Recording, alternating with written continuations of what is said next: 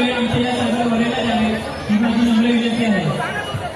धन्यवाद साहेबांबद्दल आपला विशेष सादर होतोय. चला पाहूया प्रगती झालेचा हा विशेष आहे. हे भगवान, अब मैं क्या करूं? सिर्फ एक ओटीपी देने से मेरा पूरा बैंक अकाउंट खाली हो गया.